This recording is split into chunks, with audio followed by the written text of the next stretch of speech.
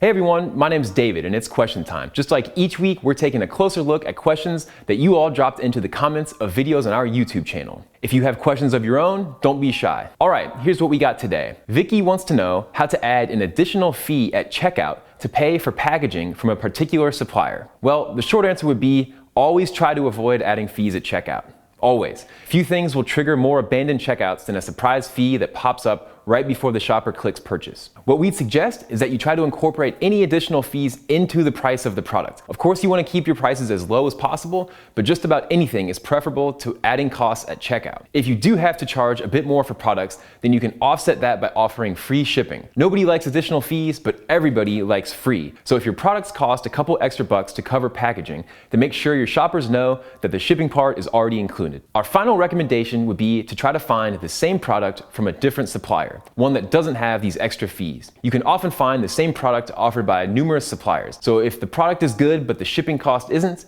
see if you can use a different supplier. Oberlo has special features that let you swap out suppliers without having to do an overhaul of your product catalog. Got your own question? Shoot, we're scanning the comments every day and would love to use your question in our next video. We'll be cranking out videos every week, so if you're as into dropshipping as we are, subscribe for more. Until next time, happy dropshipping.